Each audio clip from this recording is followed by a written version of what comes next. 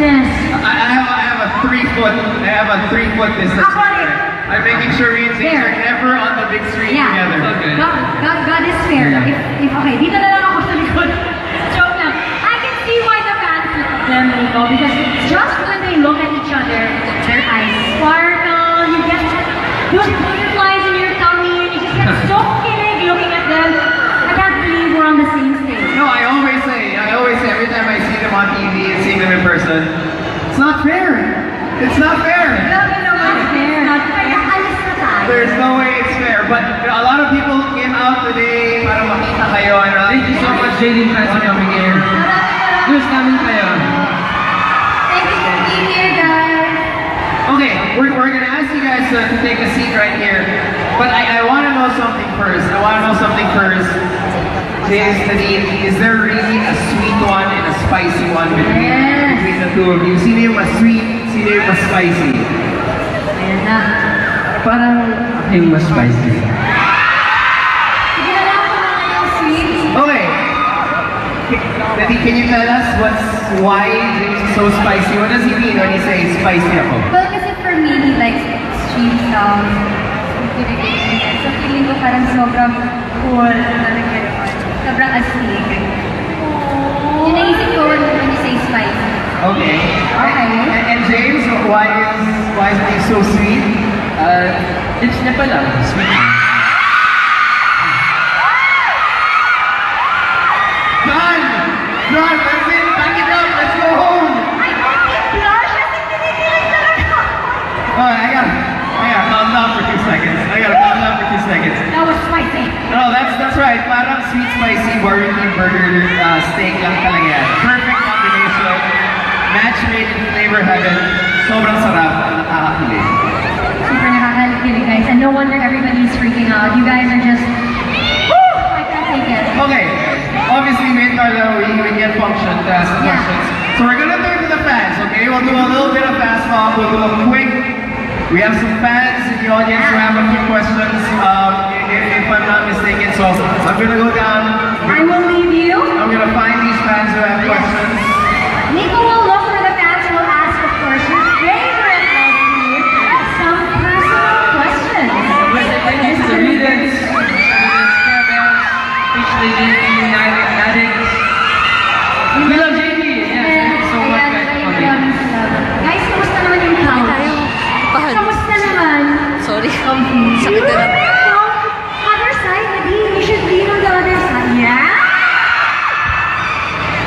Guys, kinikilig ka. You guys are really such a cute couple. And I think everybody agrees, just looking at the two of you. Meant to be, no guys? Meant to be. Kaya, dito na lang.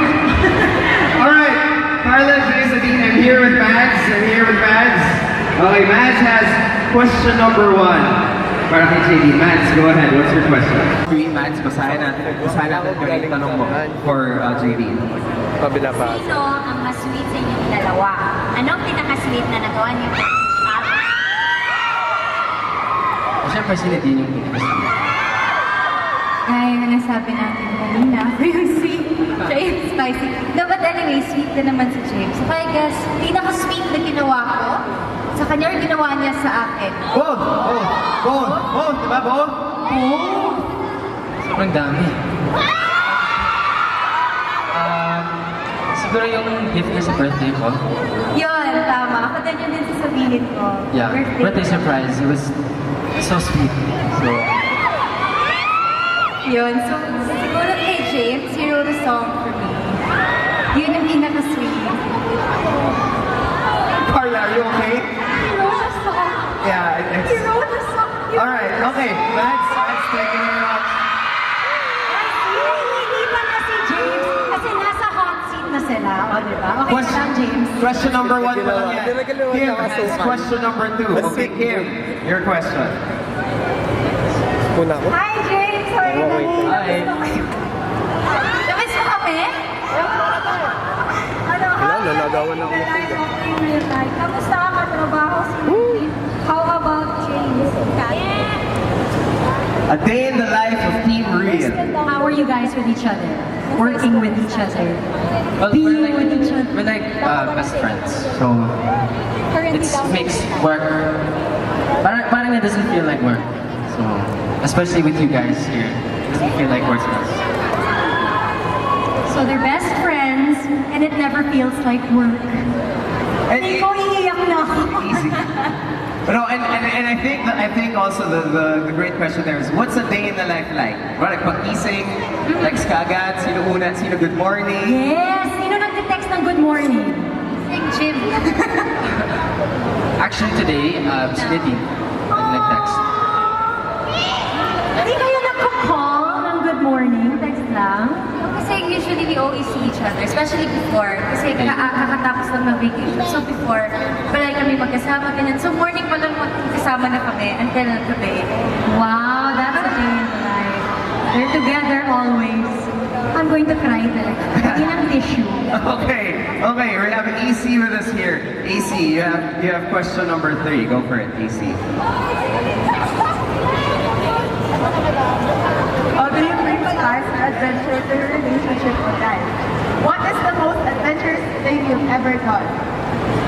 The most adventurous thing you've ever You done. bring spice. Well, I mean, it's only been 5 months since naging kami. So, spicy pa din yung hindi kailangan ng spice. So, Well, for me, kasi we're always traveling now. Tapos next week, aalas na naman kami. So, para sa akin, yun talaga yung pinaka masaya, tsaka pinaka-adventurous. Kasi ang dami namin napupuntahang mga lugar. So when you travel together, do you have those moments na aside from what you have to do, aside from the itinerary, lumalabas kayo na kayong dalawa lang? Meron. Can you share with us one of those moments or one of the adventurous things you did na kayong dalawa lang? Well, pinaka-gusto ko is yung latest namin. It was in New York. Wow. Ang saya kasi kasama namin yung sister na si Lauren. And then, wala lang naglilibot lang kami around New York. Mas masaya. Nakita na, umakit kami ng Rockefeller Center, top of the rock. Nakita namin yung buong New York. Ang ganda-ganda. So, ang dami po namin nagawa. Oh, si Nico, they travel pa together. That's key. That's key. So if JD is your relationship mate, that's what you should keep in mind. Travel together, you appreciate little things, a great view. Exactly. So, morning pa lang, text ka kagad. Note natin Good morning. Note. Take down notes. Okay, Darlene is with us. Darlene has our 4th question. Darlene, okay ka pa ba? Okay pa, kaya pa yung kilig. Question number 4, go ahead. What do you have in common that makes you click as a couple? What are your opposite traits that make you complement each other? So what similarities do you have that makes you guys the perfect couple? And what are your opposite traits? So kanina diba si Nadine si sweet, James is spicy. What else? What are the other traits na iba pero bagay? we're both adventurous. Both very adventurous. We have a lot of things in a lot of similarities. Like we love Computer games, photography. videography. Ang ganda nga namang Instagram feed nyo. Because we, I mean, Saka na isa sa kanya. we love You taking are my photos of each other. Instagram page. And you with the 3 pictures na nagiging isang malaking picture. Ano ba na funny, guys? But seriously, the effort and the time that it takes. So you guys, your similarities, you both love to travel, you love adventure, you both love photography. Now, what are the more different traits but feel mo na hinahanap mo sa isa't isa? Diba? Was morning person. I'm a morning person. Oh. Ako din. Yay! Friends Ako hindi. tayo. Ako hindi. Balik kami siya sa gabi. Oh, so how do you make that work? If Afternoon. morning person, okay, noted. Sige na. So kung may morning person and may night person, kita kayo sa afternoon. No. I get it. Si James. Diesel yan eh. Nag-iinit muna. Like, it takes a while to warm up. So, alternatean sila ng lambing. Sa umaga, si Nadine ang lalambing. Morning person siya. Sa gabi, bawi si James. Para all day, Yeah. may love at lambing. I'm really upset at my life. Woo! Ako rin. Really upset at my life. Okay, thank you very much, Darlene. Si Dindy. Hi, Dindy. James, you have question number 5, or 5th question for the set. This is our last one for right now. Dindy, ano yung tanong mo para sa kanila? How do you settle things pag may tampuhan kayo? Sino mas nauna maglambing? Yan, dito tayo magkakaalaman. Okay, may tampuhan kayo. Nadine said, oh no, why? May tampuhan kayo, hindi may iwasan. Carla, di may iwasan. Lahat ng tao may tampuhan. magkatampuhan, pero sino unang naglalambing? Ito na.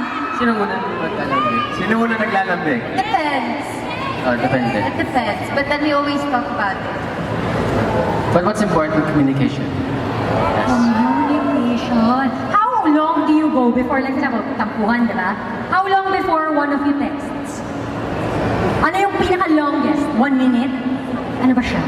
Like in 3 hours. 3 Nico, 3 hours. Anything longer than 3 hours, hindi pwede. 3 hours. So, noted.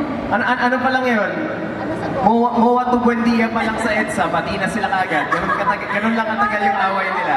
It's perfect. So thank you so much to all